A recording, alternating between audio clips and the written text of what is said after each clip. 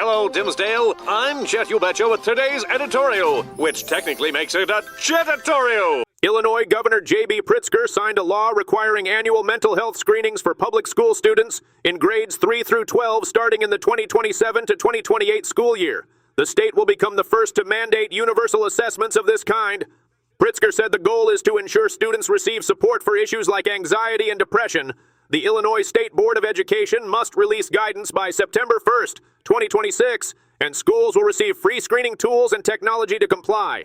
The bill also promotes use of the Beacon portal to connect families with mental health resources. The move follows the Trump administration's decision in May to discontinue $1 billion in mental health grants. The CDC reports anxiety and depression are among the most common conditions in children ages 3 to 17. In other developments, Erica Kahn, 33, from Massachusetts, incurred nearly $21,000 in medical bills after a bat flew into her mouth while she was photographing the night sky at Glen Canyon National Recreation Area in Arizona.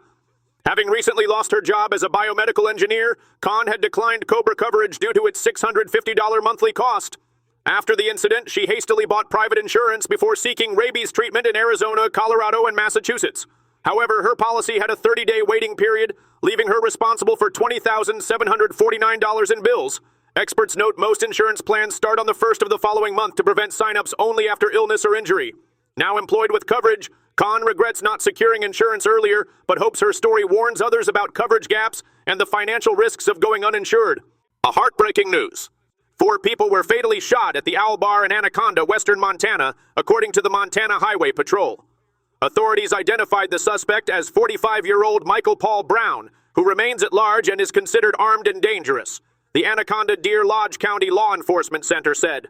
Montana Governor Greg Gianforte stated on social media that he is monitoring the situation.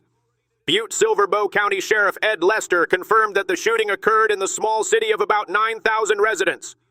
Officials have not yet determined a motive for the attack.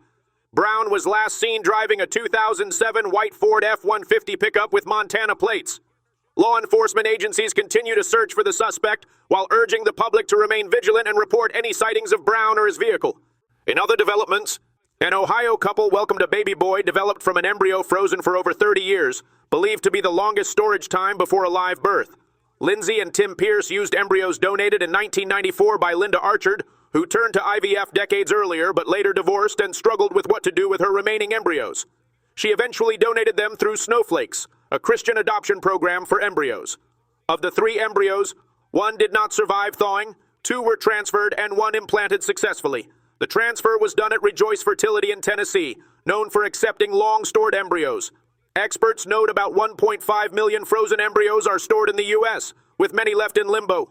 The Pierces said they only wanted a child, while Archard expressed relief and hope to meet the family in the future. From all of us here, stay classy, Dimsdale!